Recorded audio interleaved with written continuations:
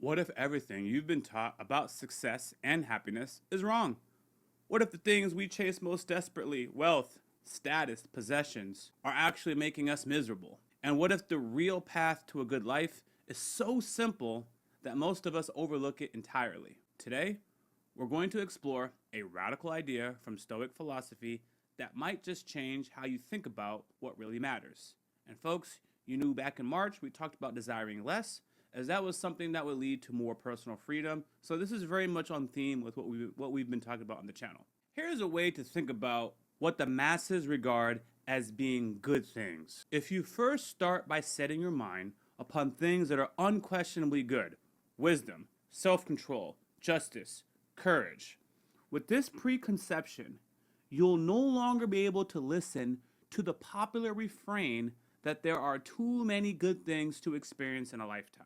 This is revolutionary. Marcus isn't offering a slightly different definition of the good life. By the way, we talk about Marcus Aurelius, okay? We talk about him on previous videos. He's a great Roman emperor from back in the day. But if this is your first time watching, like, where the heck did I just mention this quote from? Anyways, he's completely reframing what constitutes goodness itself. Think about what society tells us is good. A bigger house, a newer car, a more prestigious job title, more followers, more money, more possessions, more, shout out to my homie Kobe Bryant. We're constantly bombarded with messages that more is better. That's the American way. Bigger is better. The complexity equals sophistication. That accumulation equals success. I want to rephrase that. I said that complexity equals sophistication. So that means not always being complex is better. That's what that sentence is supposed to mean. Anyways, but look at the people who have all these things. Are they happier? More fulfilled? More at peace? The Stoics observe something profound.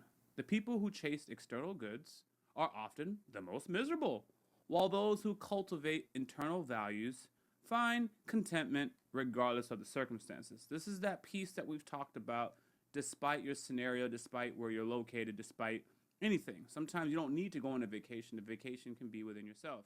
This isn't just philosophy, it's practical power. When you redefine good, as Marcus suggests, you stop chasing things that leave you perpetually unsatisfied. You stop comparing yourself to others on metrics that don't really matter. You gain the ability to find contentment in any circumstance. And perhaps, most valuable, you develop resilience. Because when your sense of good comes from within, no external circumstances can take that away. I'm going to say that sentence again because I know I mumble when I speak. No external circumstances can take it away when your good comes from within. Here's how to practice this Stoic principle today. First, make a list of what you consider good in your life, then categorize each item. Is it an external possession or an internal virtue? Second, identify one simple virtue you can practice today. Maybe it's patience with a difficult person, or honesty in a challenging situation, or courage in facing something you've been avoiding. I am big on that, folks. I will kick that can down the road for as long as possible because I avoid confrontation. So anyways, third, notice how you feel after practicing this virtue compared to how you feel after acquiring something new. Which satisfaction lasts longer?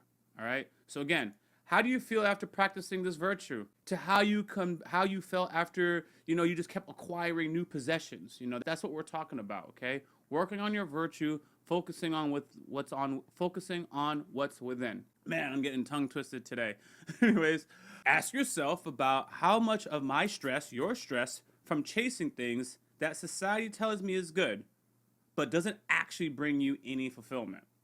What would change if I redirected that energy towards developing wisdom, self-control, justice, and courage? Who in my life seems truly content? Look around for those people. What virtues do they embody that I might learn from? I am big, guys.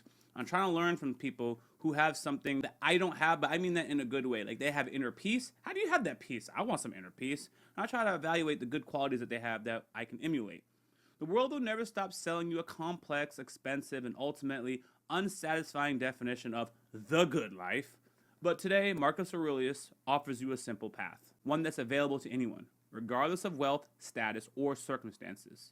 not through acquiring more, not through impressing others, but through cultivating the simple virtues that have been constituted through goodness for thousands of years, that have constituted true goodness for thousands of years. The idea of simplicity wasn't unique to Marcus Aurelius. Epictetus, who we talk about all the time, was born a slave, taught that true wealth comes not from having many possessions, but from needing few. That's what I told you I was going to talk about later. Seneca, despite being one of Rome's richest men, wrote extensively about the dangers of wealth and the virtues of voluntarily simplicity. The Stoics weren't alone in this insight. Across cultures, throughout history, wisdom traditions have constantly pointed to simplicity as the path to contentment. From Buddhist teachings on to non-attachment to Jesus' warnings about wealth. So we got the same thing in Christianity, we got the same thing in Buddhism. Desiring less, simplifying life generally leads to more peace. Today, research in positive psychology confirms what the Stoics intuited. Today, research in I'm sorry, it's a bad day. Let me take a pause. If you've been following me for a while, I upgraded my scripts to be more quality and not to sound like fluff. And then when I'm reading through it, it's actually a little tougher to read. But I'm trying to give you guys a better lesson. So anyways, today, research in psychology confirms what the Stoics believe. Studies show that beyond meeting basic needs, additional wealth and possessions contribute very little to happiness and well-being.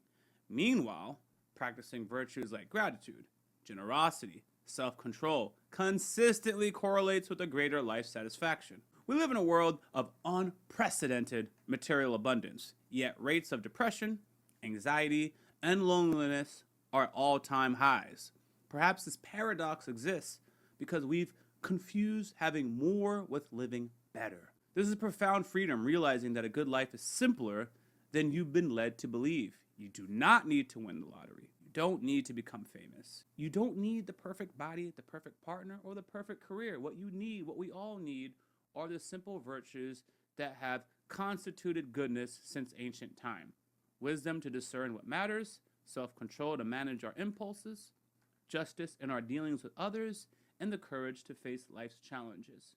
As you move through your day, remember Marcus's words. Set your mind upon the things that are unquestionably good. With this preconception, you'll no longer feel that there are too many good things to experience in a lifetime, because the truly good things are always available to you, regardless of your circumstances. And that's why we talk again about, letting the peace come from within and desiring less, because you are less tethered to too many things that you are reliant on for happiness. By desiring less, you're tethered to less.